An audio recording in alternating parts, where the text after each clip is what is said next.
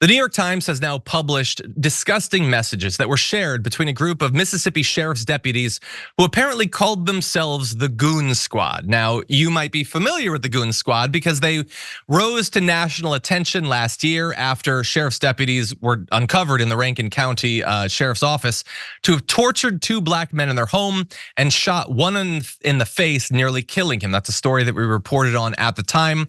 6 officers, including 3 from the Goon Squad shift, pleaded guilty and were sentenced to federal prison in March. So that obviously led to a lot more in-depth investigation into what they've done and potentially trying to find other crimes.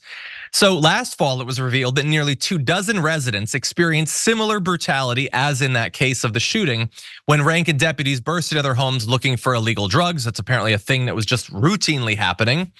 But now we get on to the communication and sort of the culture of this Goon Squad. Bear in mind, all of this was done in front of their supervisors. Their supervisors joined in on the communications, okay? And here's a few of the things they said. In the first is back in November of 2019, they discussed turning their work into a game, sort of gamifying being a cop. 1 point for every arrest. Then Deputy Cody Grogan asked the group how many points he would get if he shot someone. Okay, and another person responded, depends on if they die or not. To which Luke Stickman says they'll die. Cody Grogan confirmed they die, to which Jeremiah Jordan said, ha ha ha. Because it's funny, because it's a joke. Now look, I have no doubt that it was intended as a joke. It doesn't seem like a great joke. You have people's lives in your hands at all times. I get that people make jokes, but that's what they're doing. Mr. Grogan did say it's absolutely all jokes. People that know me know that's not gonna happen. I'm not gonna go out and shoot anybody. Well, look, I'm sure he believes that. But other members of the squad did go and did shoot people. Were they thinking about how many points they'd get at the time?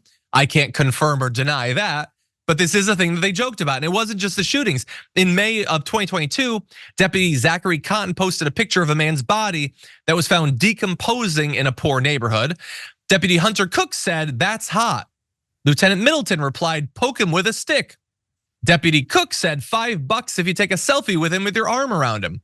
Now, Mr. Cook, who no longer works in law enforcement, said that while he was not proud of his text, it's common for police officers to exchange off-color jokes about their work.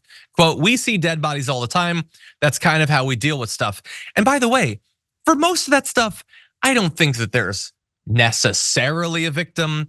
I wonder if you would do that in other neighborhoods. There can be sort of a classism and a racism and all of that can get invested in this. But I understand that people deal with difficult stuff in different ways. The issue is they were routinely brutalizing people and they nearly killed a person when they put a gun in his mouth. So it's not just jokes at the end of the day.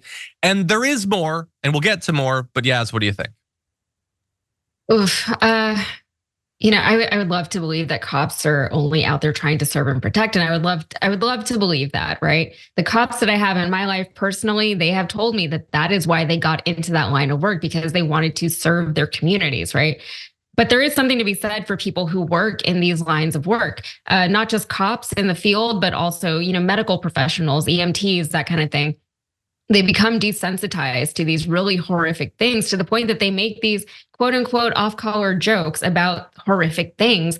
But that's the problem, right? That is the problem, is that these people who are in charge of our actual literal lives are desensitized to our actual literal lives. And whether it's really, I don't know how you fix that. I don't know how you have somebody working in that type of job and not become desensitized to it, because to a certain point, that's why they're able to do the job, is because they're not, like if you're a doctor and you can't stand the sight of blood, then you probably have a problem, right? You probably can't do that job. So there does have to be some kind of balance there, but I'm not surprised to see this. And it is terrifying to think that this is how cops are talking about the communities that they are being paid to serve and protect behind our backs. And it's not surprising, but it's really scary. Again, and look, by the way, I'm sure for some people, just having the conversations is a problem. And I can see that. Building a culture of routinely disrespecting different groups of people you're supposed to serve. I get why people would have a problem with that. But they're also doing terrible things. And one has to wonder if maybe there's a link. And I know some people will be like, well, don't criticize cops. You criticize these cops, you're criticizing all cops. I've never understood that. When you find out that Jesse Waters knifed the tires of a producer so he could try to force himself on her or whatever, I can report on that, and I don't think it reflects on me. I hope it doesn't reflect on me just because we have a similar job.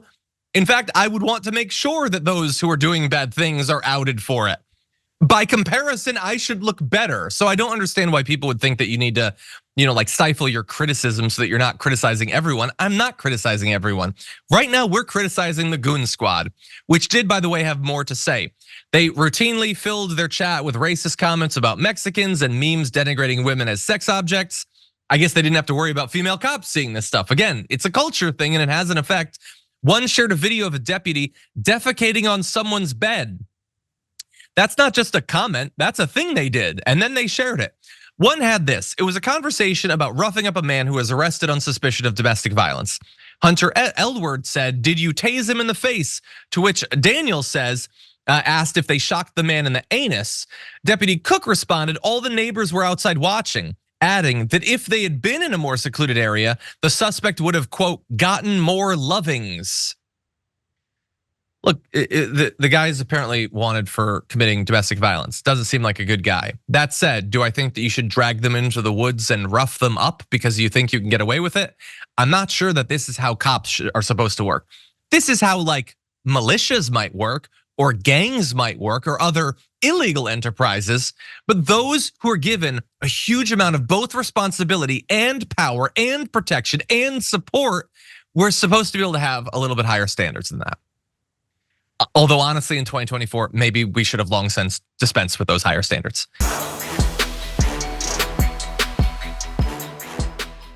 Members make a difference here at TYT. You help make the show happen, and we see you in the chat with your loyalty badge. Click the join button to become a member today.